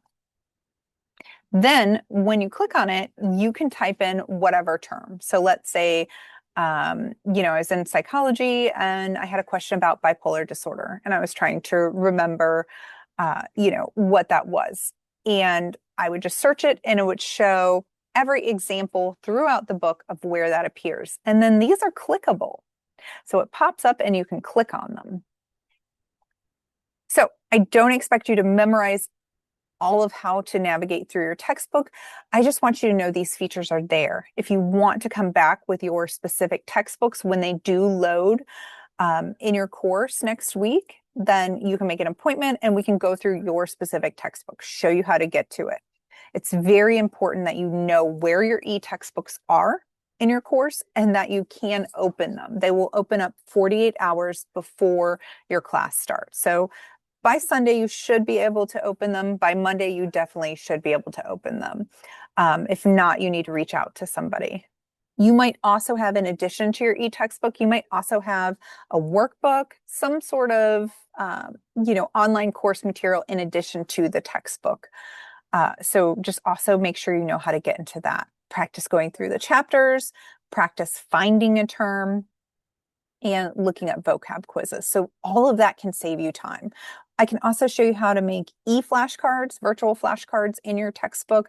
I'm not going to do that now, but we can walk you through it one-on-one in any appointment. So again, I don't expect you to memorize any of this. If you want to practice in one-on-one for anything that we've done today, come and see us. All right. Any questions? So that was my quick run through of reading study tips. Also, how to navigate your e-textbook. All right. Yeah. I am Yeah. going to turn it over to Matanshu, unless there's a question. No. I was just going to say again, I know that we're kind of flying through this and there's a lot of information here. So, don't hesitate in reaching out to us. And letting us know what's going on. So one of what I'm going to talk about right now is some test anxiety and exam prep. So And as we all Matanshu, know, yeah, go ahead. before you get into that, I was just going to say that really ties into our idea of repetition. So that's why we don't expect you to know all this immediately because we just said it once. The research shows that it takes an average of 12 times of you seeing something, recalling it, or engaging with it in a different way for you to actually learn it. So that's why I said it's the most important thing is that you know how to get back to us and to get an appointment for any more specifics. So I will turn it over to you now. Yeah, no, that's exactly right. And that is actually a perfect segue into testing anxiety because it does require recall, right? So So, one of the things that we want to think about is that what causes anxiety for me? And it's really important. It's going to be different for everyone. And what are some possible solutions? And this is what we're going to talk about. Again, if y'all have some ideas, feel free to pop it in the chat, unmute yourself, let us know what's going on here. What you think are going to be the most cause of anxiety for you when it comes to tests and things like that. And again, I'm just going to go ahead and talk about these things, but feel free to participate and let us know in the chat here. So first and foremost, in order to avoid, any sort of anxiety, just go to class. Okay, this is one of the most effective things that you can do. Please attend class. I'll sometimes even tell students that tutoring is also not a substitution for the lecture, right? If you didn't go to lecture, I certainly wasn't there in the classroom with you. So, I don't know what things were emphasized, what things were not emphasized. This is why it's very important for you to attend class first day and every single day. Okay. We want to make sure that all of our assigned work is on time and to a high standard. I had an English teacher would tell me, if you do the quality of work that's going to pay you a cup of ramen dinner under a bridge, then that's what you're going to get, right? He was a pretty hilarious guy, but that's something that kind of stuck with me for a long time because in all aspects of life, right, we want to make sure that we have the highest standard of work that we are employing before we present it.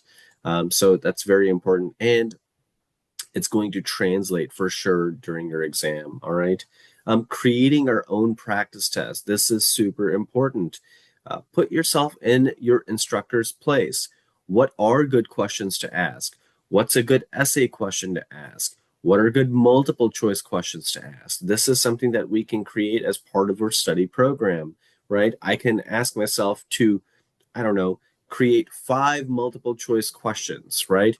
That actually helps me not only study, but actively think about what are some likely questions that are going to be on the exam, okay? Instead of relying on a study guide that's going to be given to me, 5 days before the exam in itself, right? So that's something that I can do for myself. Taking the practice test in a test-like environment. This is super important, okay? Recreate the environment that is going to represent what your exam environment is going to be. A lot of the times, that's what's the biggest anxiety can be is that, oh, it's the fluorescent lights are too much for me. It feels really, really nerve-wracking and stressful. Or, if you are studying with music in the background, I'm not allowed to take music into my exam. So maybe I should learn how to practice not having music as a background noise, right? Things like that. These are really small, simple things that we might take for granted, but they're super effective and helpful.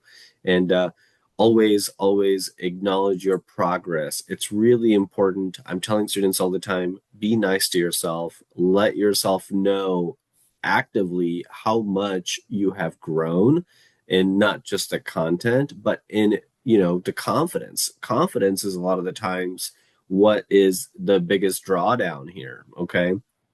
And then assess your preparation before and after the exam. This is important. There's, I believe, a link or an actual assessment that is like a pre-exam and a post-exam assessment that's in your guys' packet. I do absolutely encourage that because there are things that we need to take into consideration, right? How much did I prepare? What did I prepare? Did I feel like I was cramming? Did I feel like I was taking small, manageable chunks? And then the post exam, was that effective, right? Because again, it's not about what we are saying is effective. The whole point of this and the reason why there's a lot of information here is because we're trying to get you to know that there are multiple things that you can take advantage of. Just have to find one that works best for you. And until you try a bunch of stuff, you're not really going to know what works best for you. And these assessments allow you to tell yourself what did work for me and what did not work for me. Okay. Super important. please go to bed on time. No partying before your exam, okay? Just get a good night's sleep. Make sure you're not overstudying. Staying up all night and studying right before your exam is not necessarily the best thing to do, okay? Um, as far as online classes go, what we're going to have to do is we're going to need to take something called proctored exam. Proctored, this just means that somebody is making sure that, everything is on the up and up as far as academic integrity goes. And so taking proctored exams is going to be something that you are expected. So be prepared. Make sure you're arranging your accommodations if there are any ahead of time. This means any accommodations for DSS that you might have. You need to make sure that your instructor is aware of those accommodations and that those accommodations are in place at the testing site ahead of time rather than on the day. Okay. Schedule your exam early in the semester. For the most part, you're already going to know when your exams are going to be due. When you know that information ahead of time, go ahead and reach out to the testing center and just schedule something in. Okay. This is super helpful and super easy. So that way you can feel like it's one less thing off your plate. Okay. You may have to test on campus, or if it's virtual, it might be a fee depending on the situation and circumstance. And that information is in your packet. And if you have any questions, definitely feel free to let us know. Go potty before your exam. Okay. If it's like a 2-hour exam, there's no sense in doing something I call the pee dance on the desk. Okay.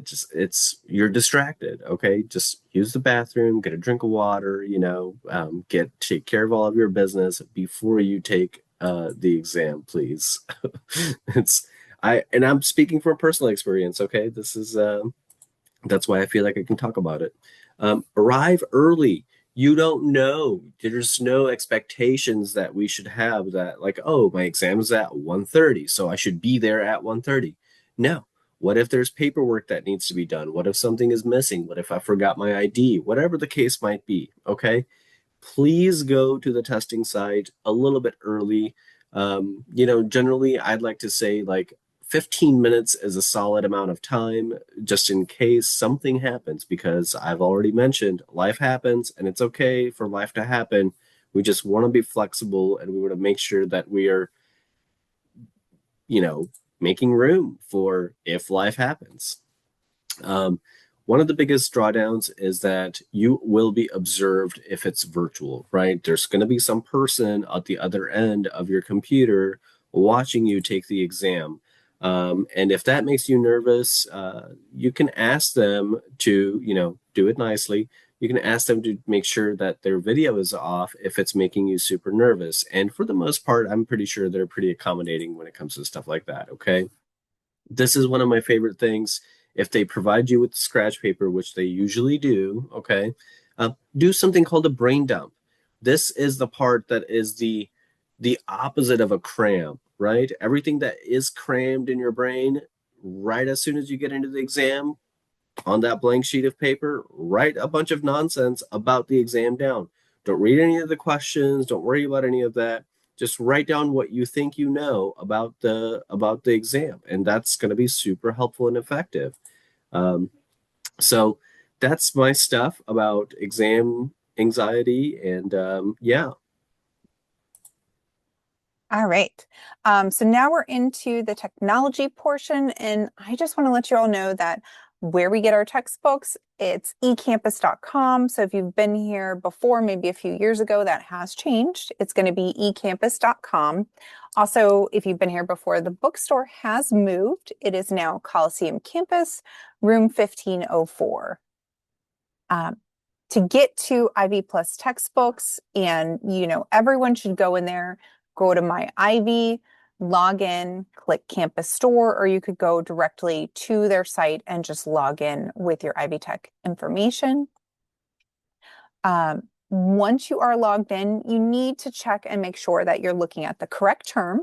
So we'd want spring 2026. Opt-in means you're part of the Ivy Plus textbook program, meaning you get all those ebooks as part of your tuition. You want to click on it, see which ones are going to be in your course. Also, if you have other course materials that you need to buy, you're going to need to click on this and make sure. You might have a lab kit or another book or something else.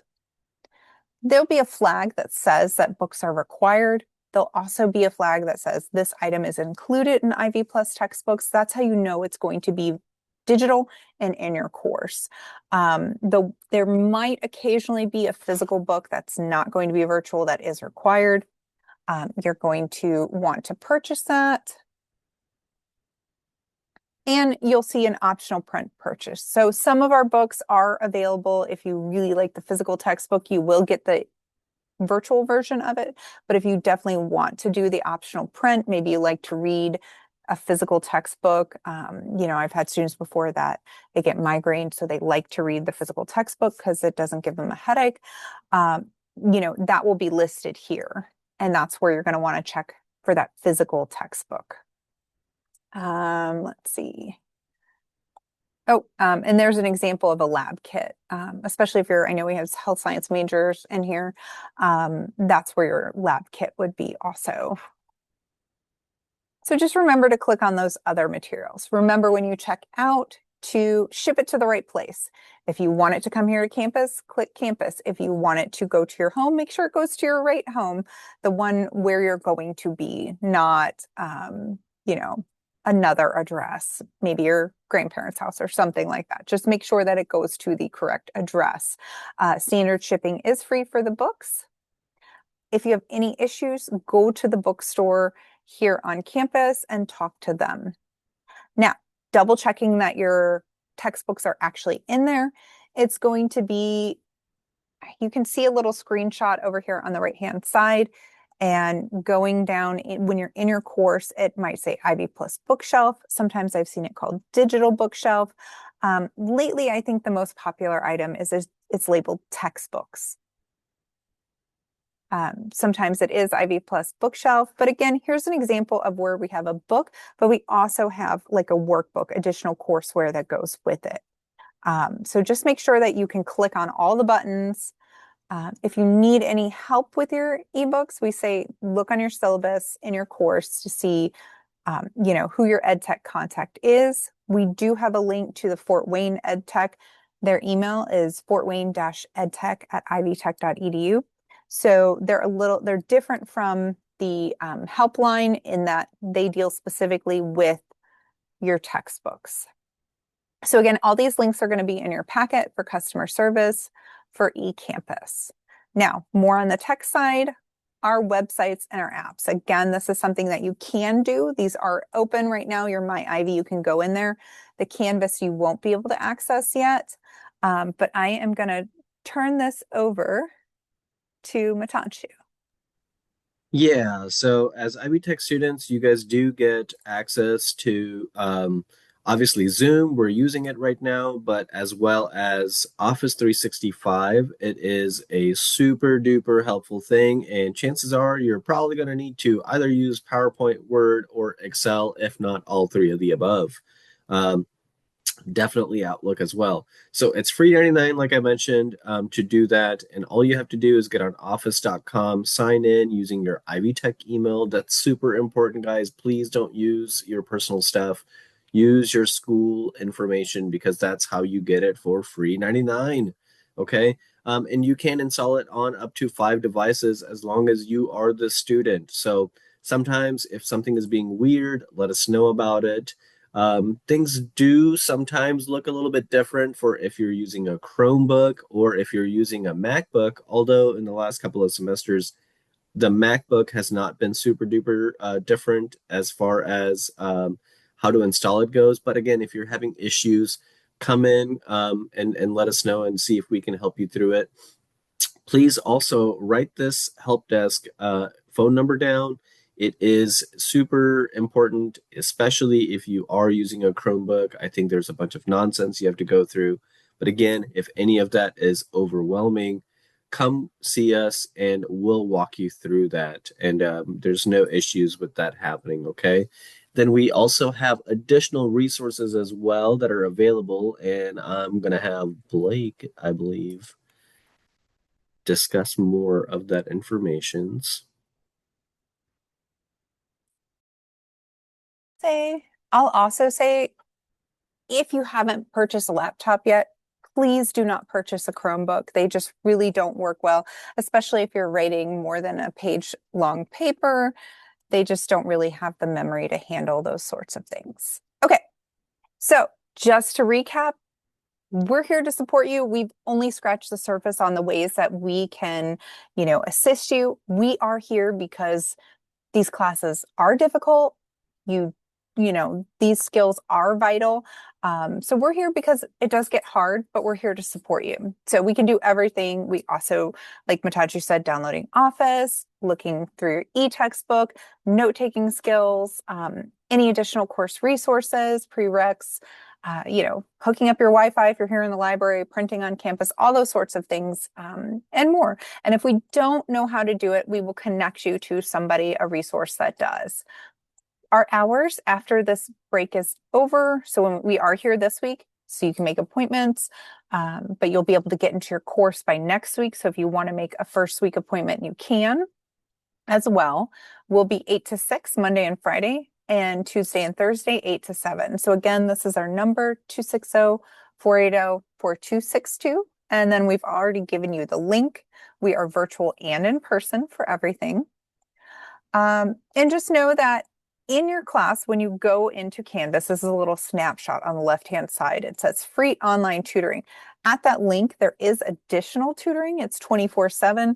So the only thing is they're not familiar with our classes or our professors. So just know that when you're in Ivy Learn, your Canvas, if you click on free online tutoring, you very well might find a tutor at 2 a.m. if that's the only time you have to study. They won't be familiar with our courses like we are, but tutoring is, some tutoring when you're stuck, it's definitely going to help.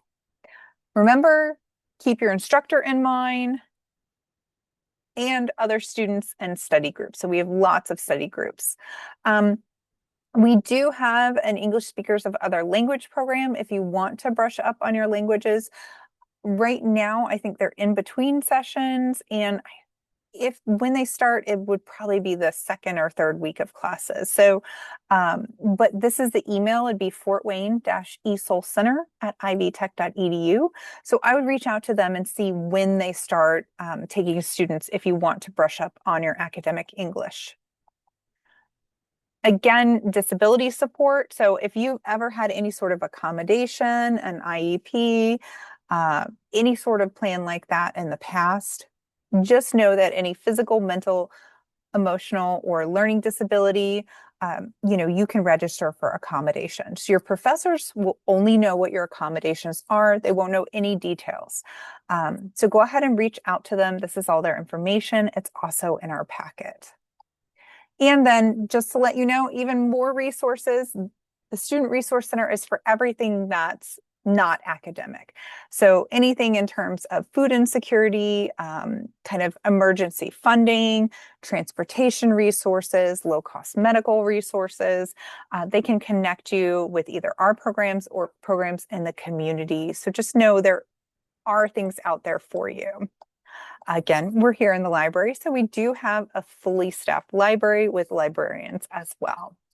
And then I did let you know your educational technology team, they are the ones that will help you if your books aren't working. So if you look in your syllabus, it will say who your local contact is. But I also just have the Fort Wayne contact too. So we do have a guest speaker that's going to come in the last few minutes to tell you about another one of our resources and our program that is amazing. So I have Amanda Pickett here from Trio, and she's going to tell you all about it. And while she's doing that, I'm also going to put our link for our survey in the chat. So if you fill out the Google poll, please do it, because it's how we decide what we're going to cover in this. What's important? What did you need to know? What did you like best about our material? All right. I'm going to turn it over to Amanda.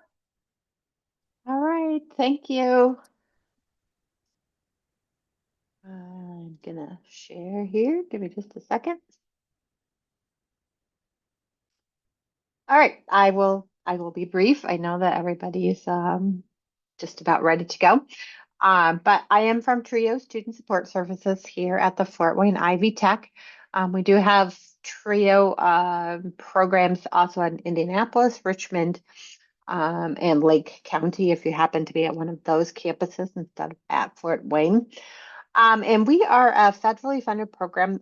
We provide support to students who fall into one of three categories.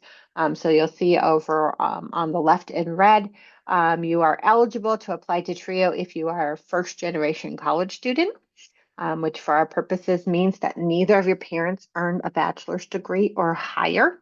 If your parent has an associate's degree, you would still count as first gen.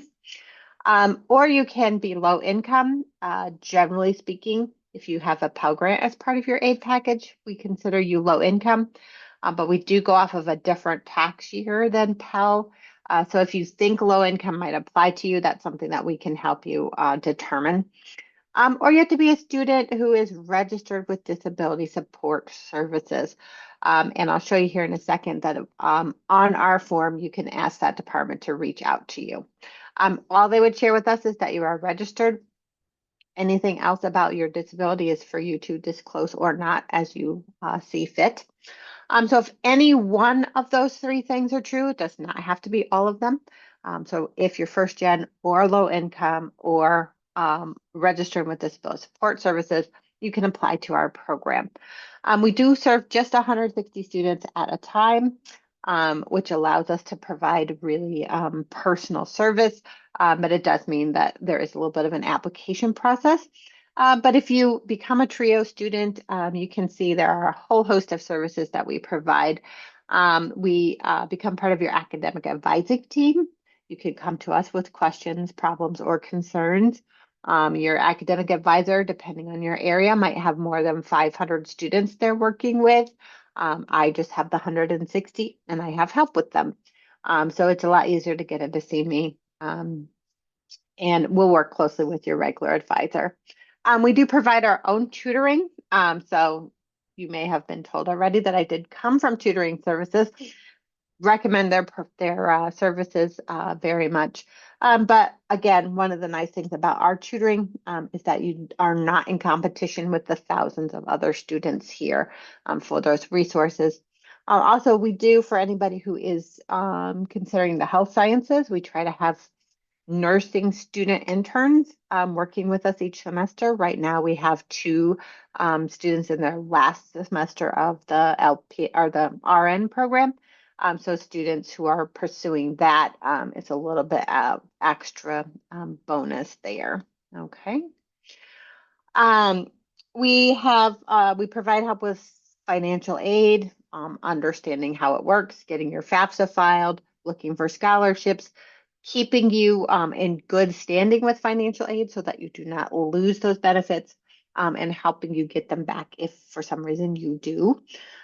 We also have limited scholarships that are available just to our TRIO students. Those will be coming up starting in a couple of weeks. So now is a great time to join us. We provide just some general accountability. We check in with you every couple of weeks. We see how things are going.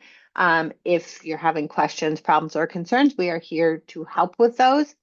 And in general, we just try to serve as cheerleaders, motivators, getting you from here to graduation. So students who meet our criteria for eligibility, so the first gen low income or excuse me, or with DSS, those students in our last data that we looked at are graduating at a rate of 47%. And that's giving them a 4-year time window. So students have 4 years to complete and 47% of them are doing that.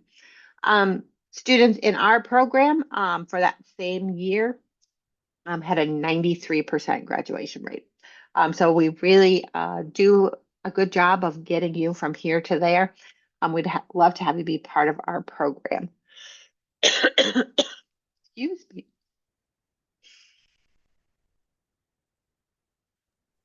All right. Thank you, Amanda. TRIO And really is so awesome. I shared the link in the chat there. If you go to that and then up in the corner, click on apply, it takes you to a form that you can fill out with your interest. Please ignore the application bit. We usually like to do that with students. All right. Thank you so much.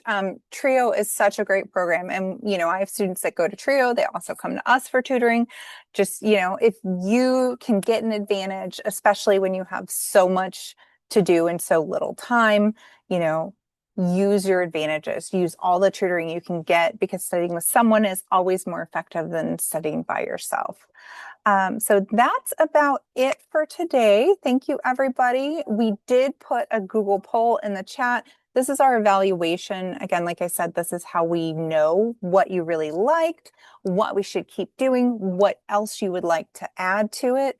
Matanchu, do you have any last minute things you want to say? Yeah, just don't forget about us, guys.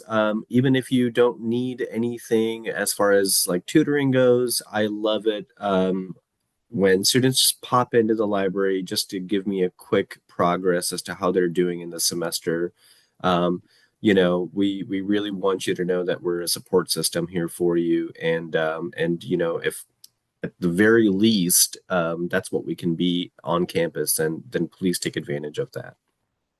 Okay, go ahead and everybody look in your Ivy Learn inbox. I will be sending out a link to our website where we're going to put this recording and all of the additional materials. All right. Well, everybody, we hope to see you. Have an awesome semester and yay. Bye, everybody. Thanks for coming.